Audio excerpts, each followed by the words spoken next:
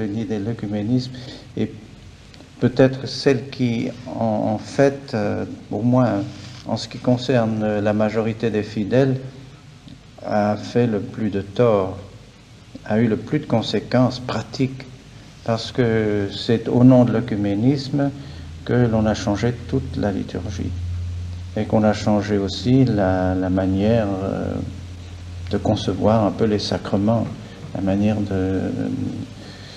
les prières des sacrements. Tout cela en fonction d'un rapprochement avec les protestants.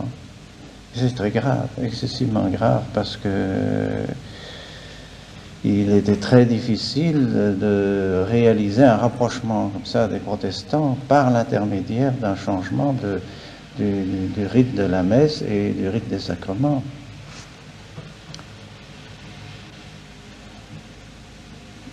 On l'a bien vu et on le voit tous les jours. La conséquence de ces changements, c'est que les gens perdent la foi et que les gens deviennent protestants, peu à peu près de la mentalité protestante. Parce qu'on ne peut pas enlever des rites, les affirmations de notre foi catholique, sans tout doucement faire perdre la foi catholique aussi. C'est pas possible, ça. Par exemple, si on ne parle plus du tout d'un des buts principaux de la messe, vous savez que les 4 fins de la messe, c'est donc la fin latretique, on peut dire, c'est-à-dire l'adoration de Dieu, la fin eucharistique, c'est-à-dire l'action de grâce, la fin expiatoire des péchés et la fin propitiatoire. Il y a 4 fins dans le saint sacrifice de la messe, donc latretique, eucharistique, propitiatoire, expiatoire. Eh bien, si on ne parle plus de la fin expiatoire, c'est-à-dire de la rédemption des péchés faits, accomplis par le sacrifice du calvaire et le sacrifice de la messe, on a enlevé ça s'exprimait dans l'offertoire, d'une manière très explicite. Ça s'affirmait dans l'offertoire que nous lisons, nous, tous les jours. Ça s'exprimait aussi dans une oraison, très explicitement dans une des 3 oraisons que le prêtre dit avant la communion. Ça s'exprimait également d'une manière très explicite dans la prière qui est adressée à la Sainte Trinité à la fin de la messe avant la bénédiction du prêtre. Voilà 3 endroits où explicitement il était parlé de l'expiation des péchés, donc du sacrifice expiatoire. Les 3 endroits ont été supprimés. Alors, évidemment, ça ne veut pas dire que le sacrifice ne demeure pas expiatoire, mais si on ne le dit plus, les gens n'y pensent plus, on ne l'affirme plus. C'est pas possible. On dira aussi, par exemple, pour l'adoration du Saint-Sacrement. Oh, il y a beaucoup de génuflexions dans l'ancien rite, alors on pouvait bien en supprimer un certain nombre. C'est vrai, évidemment, on peut supprimer toutes les génuflexions. On peut faire des grandes inclinations, comme font surtout les orientaux, mais il y a une manière de s'exprimer qui était habituelle, qui signifiait l'adoration, c'était la génuflexion qui est l'adoration. Le fait d'avoir supprimé la plupart des génuflexions, on n'a plus pratiquement gardé que 2, eh bien, c'est une diminution de l'adoration de l'Eucharistie. Et d'ailleurs, en pratique, on s'aperçoit que dans beaucoup de cas, les prêtres ne font plus une seule génuflexion, plus du tout de génuflexion. Ils font une inclination, puis c'est tout. Encore, il y en a qui n'en font même plus. Alors ça montre que tout doucement aussi, l'adoration de la Sainte Eucharistie ne se fait plus. Si on n'adore plus l'Eucharistie, on ne l'adore plus par exemple pour aller à la communion, les gens viennent pour maintenant la plupart du temps debout, en rang, n'est-ce pas, et bien en file, plus de génuflexion, plus d'adoration non plus. C'est fatal qu'au bout d'un certain temps, on ne croit plus à la présence réelle de notre Seigneur. Parce qu'enfin, si on croit à la présence réelle de notre Seigneur, on doit l'exprimer. Et par conséquent, on ne peut pas se trouver devant l'Eucharistie comme ça et ne pas faire un geste de respect. C'est inconcevable. Inconcevable. On ne le fait pas devant les personnes humaines, devant l'autorité humaine. On ne peut pas s'empêcher devant une autorité importante de faire un geste, un salut, quelque chose, un signe qui exprime le respect de l'autorité. Pas possible. Si on ne le fait plus, l'impression qu'on peut avoir les gens qui voient, par exemple, une personne qui ne fait aucun geste de respect vis-à-vis d'une personne qui a de l'autorité, ils disent, ils sont étonnés, on est surpris, on ne manifeste pas beaucoup de respect vis-à-vis de l'autorité. Si on ne manifeste pas l'adoration vis-à-vis de Dieu, pour finir, on n'y croit plus.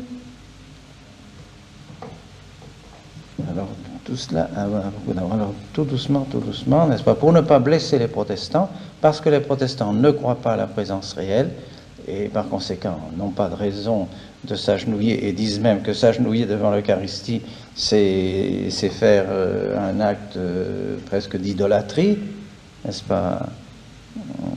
Alors, évidemment, on ne sait plus, on ne sait plus si l'acte que l'on fait est un acte protestant ou un acte catholique. Et la meilleure preuve, c'est que après cette transformation de la liturgie, des gens comme ceux de Thésée, par exemple, les protestants de Thésée, ont dit maintenant, avec le changement, nous pourrions concélébrer avec des catholiques. Nous ne voyons plus d'inconvénient à concélébrer avec des catholiques. C'est donc qu'il y a quelque chose de changé. S'il n'y avait rien de changé, ils auraient pu le faire avant aussi. Mais pourquoi ils refusent de le faire dans l'ancien rite et ils acceptent de le faire dans le nouveau rite? C'est qu'ils estiment précisément que dans le nouveau rite, il n'y a plus rien qui les choque. Ah, mais c'est très grave ça. Il n'y a plus rien qui les choque, c'est donc qu'on n'affirme plus dans ce nouveau rite des vérités dogmatiques qui sont niées par les protestants. Mais ça, c'est un dommage terrible et très dangereux pour les catholiques. La même chose dans les sacrements. Parce que tout le rite du baptême consiste surtout maintenant dans un rite d'initiation. On entre dans une communauté religieuse. C'est ça. Maintenant, tout ce qui s'exprime dans le rite nouveau du baptême, c'est que la personne, l'enfant qui est là, que l'on baptise, est initié et rentre, va être membre d'une communauté religieuse. Mais est-ce que c'est ça la conception catholique du baptême? Même. La conception catholique du baptême, c'était d'être lavé du péché originel, de chasser le démon qui se trouvait dans l'âme de l'enfant, qui avait pris possession de l'âme de l'enfant et lui donner le Saint-Esprit, et ensuite le faire enfant de Dieu, mais par la grâce sanctifiante, par la grâce surnaturelle, il devient vraiment enfant de Dieu, fils adoptif de Dieu et frère de notre Seigneur Jésus-Christ, enfin membre du corps mystique de notre Seigneur. Voilà la réalité vivante. Sans doute, faisant partie du corps mystique, il est rattaché à une société religieuse, mais une société religieuse surnaturelle, pas une simple association religieuse, une communauté religieuse purement humaine. Non. Il fait partie vraiment de la vie. Maintenant, il participe vraiment à la vie divine. À la vie divine par l'intermédiaire de la grâce surnaturelle qu'il reçoit et par l'eau du baptême qui le purifie et qui enlève l'obstacle à cette filiation divine. C'est tout autre chose, vous voyez, que c'est une espèce de rite d'initiation, simple rite d'initiation qui fait rentrer dans la communauté qui peut être purement humaine, qui n'a aucun caractère surnaturel, un caractère divin. Ensuite, la confirmation, c'est une simple cérémonie qui confirme cette entrée dans la communauté, mais qui n'est pas nécessaire, pas indispensable. Déjà, dans beaucoup d'endroits, on ne donne plus la confirmation, sauf si les gens la demandent. Alors, on le fait, mais dans bien des diocèses, maintenant, on ne donne même plus la confirmation. Les protestants, évidemment, n'en tiennent pas compte. L'Eucharistie, ça devient simplement un signe aussi. On rompt le pain de l'amitié. On rompt le pain qui est le symbole, cette rupture du pain ensemble, est le symbole de la communauté, de cette union des membres de la communauté. On mange le même pain, alors on rompt le même pain, en souvenir de ce que notre Seigneur a fait. Mais ça n'a plus non plus aucun caractère justement de rédemption. C'est plus du tout aucun caractère sacrifical, il n'y a pas de sacrifice. Simplement une... Alors pourquoi on appelle maintenant une Eucharistie, une communion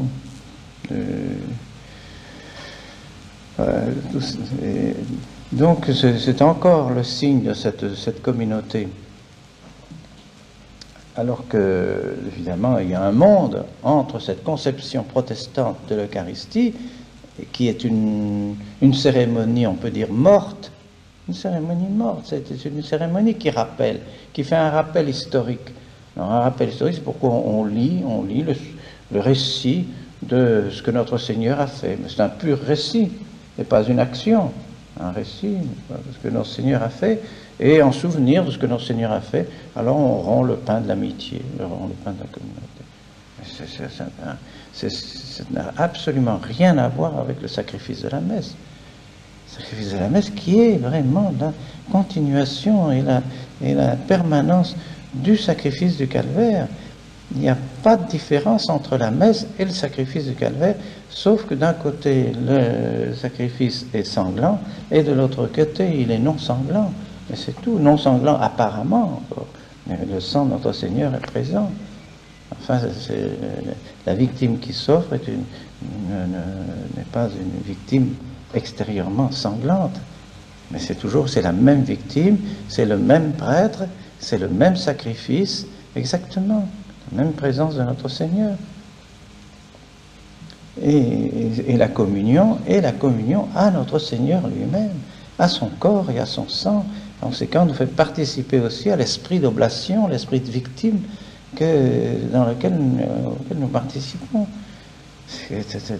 C'est vivant.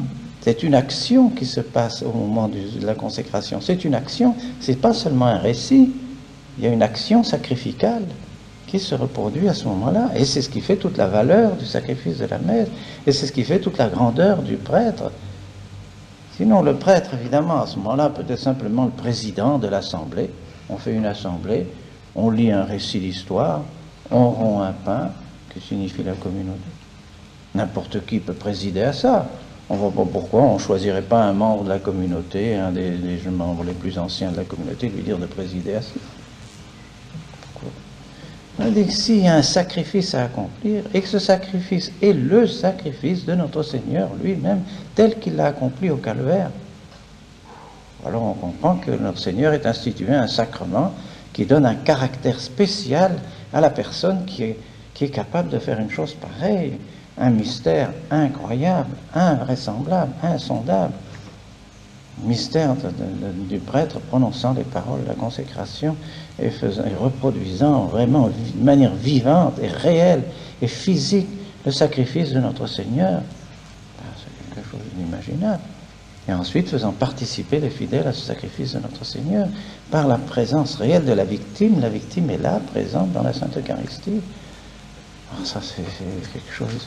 C'est autrement vivant. C'est pourquoi tout ce mystère qui s'accomplit, un mystère vivant qui s'accomplit au sacrifice de la messe, mais les gens en avaient conscience, les fidèles avaient conscience de ce mystère. Pour eux, c'était une consolation extraordinaire. Assister au calvaire comme la très Sainte Vierge y était, comme Saint Jean, comme tous ceux qui ont assisté au sacrifice de notre Seigneur. On est là, présent devant le calvaire. Tandis que maintenant, bien souvent, les fidèles ont l'impression d'assister à quelque chose de vide, qui n'a plus de mystère, qui est un acte pieux, mais c'est tout. Il n'y a plus cette chose céleste, vraiment, cette présence céleste de notre Seigneur, et cette participation à notre Seigneur. C'est pourquoi on comprend le silence dans le sacrifice de la messe, le vrai sacrifice de la messe, on comprend le silence. C'est tellement... Le mystère ne s'exprime presque dans notre nature humaine que par le silence. Devant une chose qui est inexprimable, il n'y a pas un mot qui peut l'exprimer, c'est encore dans le silence que ça se produit mieux. C'est pourquoi le canon se disait en silence, pour exprimer davantage ce grand mystère qui se produit, le mystère de Dieu qui descend sur l'autel, qui vient sur l'autel. C'est extraordinaire. Alors après, donc le sacerdoce, évidemment, le prêtre n'est plus que le président, devient le président de l'Assemblée. Alors d'où cette idée presque de donner la consécration sacerdotale à n'importe qui, à n'importe quelle personne, que ce soit mariée, non mariée. L'important, c'est simplement, ça ne donne pas de caractère, c'est simplement un signe, une désignation. Et encore même, vous voyez, Monseigneur l'évêque d'Orléans disait, oh, ça pourrait être pour 3 ans, pour 5 ans, il faudrait un prêtre. Alors on désigne quelqu'un qui va présider à l'Assemblée pour 5 ans. Après c'est fini, on prend quelqu'un d'autre. Inouï, inimaginable qu'on ait des idées pareilles. C'est plus du tout le sacerdoce catholique qui imprime un caractère éternel qui reste pendant toute l'éternité, c'est un caractère indélébile.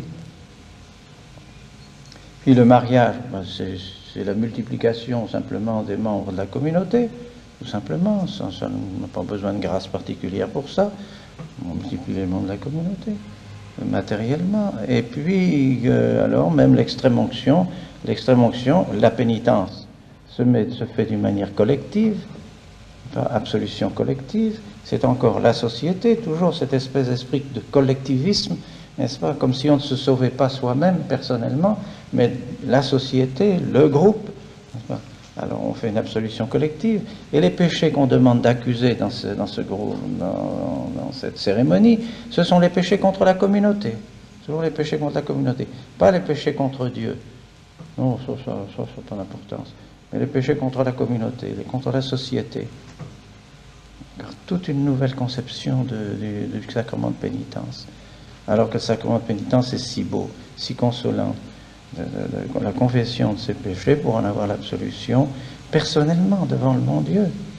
Personnellement, on se rapproche de Dieu, on reçoit des grâces qui vous aident à éviter tout ce qui peut nous éloigner de Dieu, personnellement.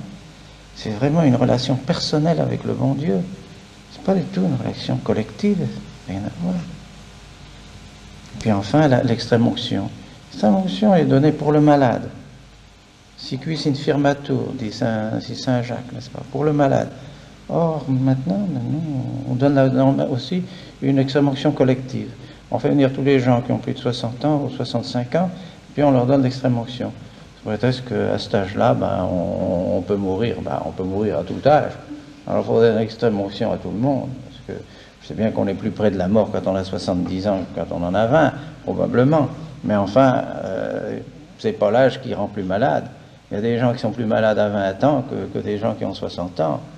C'est ridicule. Mais ça se fait. On appelle dans les paroisses les gens qui ont plus de 60 ans ou 65 ans, puis on leur donne à tous l'extrême-onction. Moi, il y en a quoi, cette extrême-onction est invalide. Invalide. Ils ne reçoivent pas la grâce de l'extrême-onction.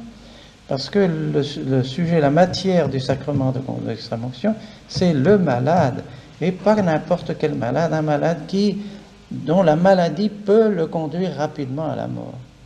Une maladie relativement grave.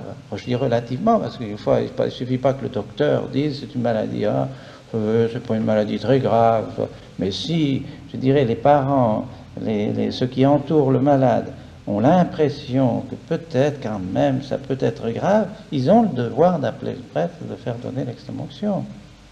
S'ils pensent que éventuellement il y a un petit danger, eh bien il vaut mieux appeler le prêtre.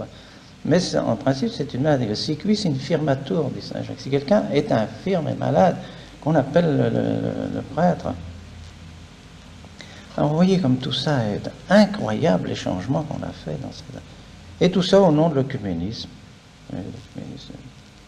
Depuis ce temps-là, maintenant, c'est toujours la grande idée, c'est de se rapprocher de tous ces soi-disant, tous ces frères séparés, tous ces gens qui ne croient pas comme nous, tous ces gens, mais pas en les convertissant. Or, c'est précisément tout l'esprit de l'Église, c'est d'amener à notre Seigneur, de faire convertir les gens, la conversion, qu'ils croient à notre Seigneur, qu'ils croient à l'Église, qu'ils croient à la foi catholique. Mais maintenant, on a l'impression que l'Église devrait être un rassemblement de tous les croyants, quelle que soit leur foi, que ce soit des bouddhistes, que ce soit des musulmans, que ce soit des des animistes, que ce soit tous les croyants, tous ceux qui croient en un Dieu, tout cela, même, vous voyez, les francs-maçons, maintenant, on autorise les laïcs maintenant à faire partie de la franc-maçonnerie, pourvu que cette franc-maçonnerie ne soit pas, soi-disant, hostile à l'Église et qu'ils aient une certaine croyance en Dieu. Quand on connaît la franc-maçonnerie est essentiellement contre l'Église. Même ceux qui disent croire en Dieu sont essentiellement contre l'Église catholique, contre notre Seigneur. Autant de choses qui sont vraiment inquiétantes, oui, inquiétantes. C'est pourquoi je trouve, il m'a semblé devoir affirmer dans mes conférences et dans des déclarations que on ne peut pas accepter ces réformes postconciliaires, ces choses qui nous mettent loin de l'Église, qui nous emmènent loin de l'Église, qui nous font devenir protestants.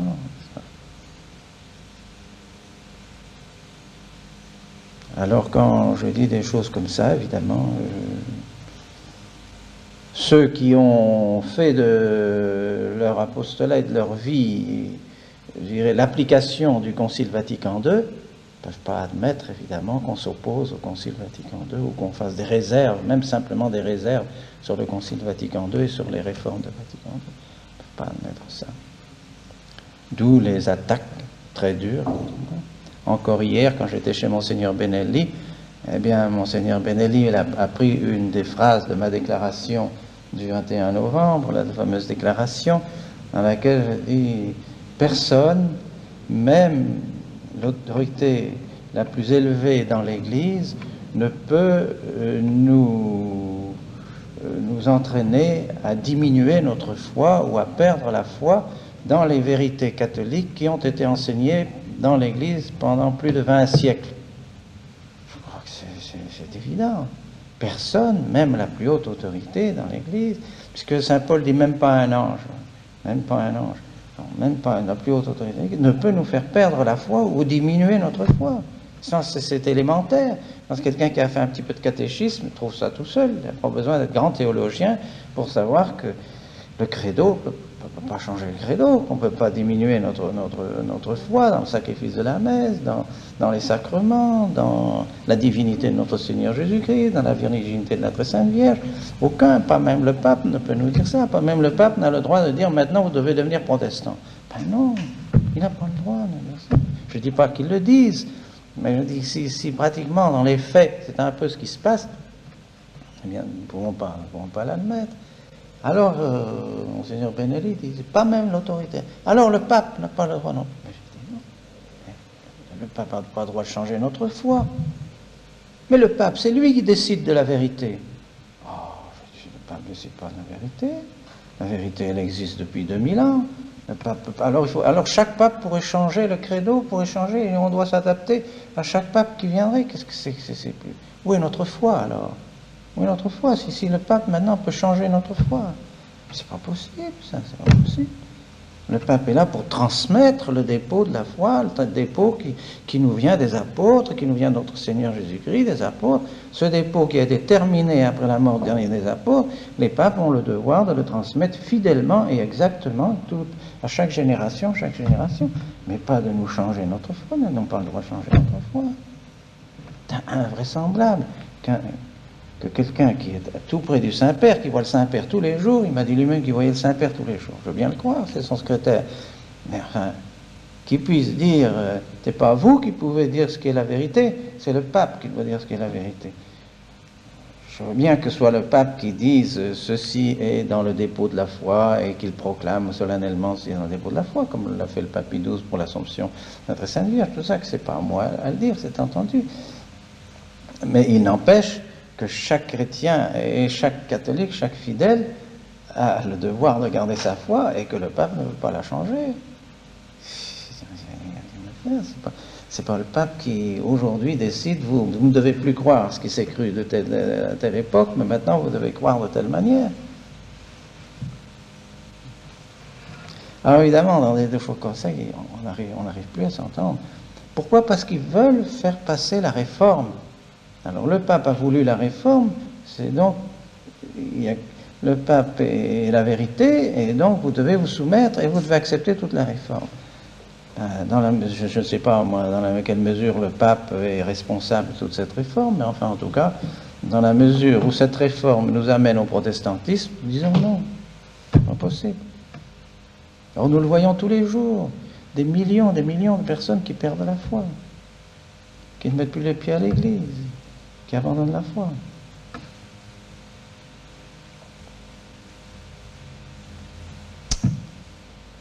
Alors je lui disais, mais écoutez, quand même, je pense que, voyez tout ce qui se... Enfin, les bénédictions que le bon Dieu apporte à mon œuvre, moi, c'est pas moi, ça dépend pas de moi. Les personnes viennent à cette œuvre pour être bien formées, avoir la foi catholique, être des religieux selon la foi catholique, des prêtres selon la foi catholique. Ils sont heureux de venir pour recevoir vraiment ce que l'Église a toujours enseigné, ce que l'Église a toujours fait. Et tout ce qui enfin les maisons qui se multiplient, les personnes qui se montrent généreuses, tout ça, enfin, pour nous, je pense que c'est une bénédiction du bon Dieu. Ah, mais Luther disait déjà ça aussi. Écoutez, alors non. Et Luther, lui, justement, il changeait l'Église, il a changé tout, il a voulu tout changer, faire toutes des nouveautés, faire comme vous faites maintenant. Mais nous, au contraire, nous sommes absolument opposés à ce que Luther a fait, puisque nous voulons maintenir ce que l'Église a toujours fait. C'est ceux qui changent qui font comme Luther, pas ceux qui gardent les choses de l'Église. Alors, vous voyez comment les choses sont interprétées. Il n'y a plus moyen de s'entendre, on ne va pas s'entendre. Bon, frère, c'est exactement l'opposé. Eux font comme Luther maintenant, en changeant tout dans l'Église. C'est ce qu'a fait Luther. Et Luther a été condamné. Nous, au contraire, nous faisons comme ce qu'ont fait les papes à ce moment-là, qui ont dit à Luther, vous n'avez pas le droit de changer les sacrements, vous n'avez pas le droit de changer le sacrifice de la messe, vous n'avez pas le droit, vous devez garder la tradition de l'Église. C'est ce que nous disons maintenant, nous. Alors qui a raison là-dedans?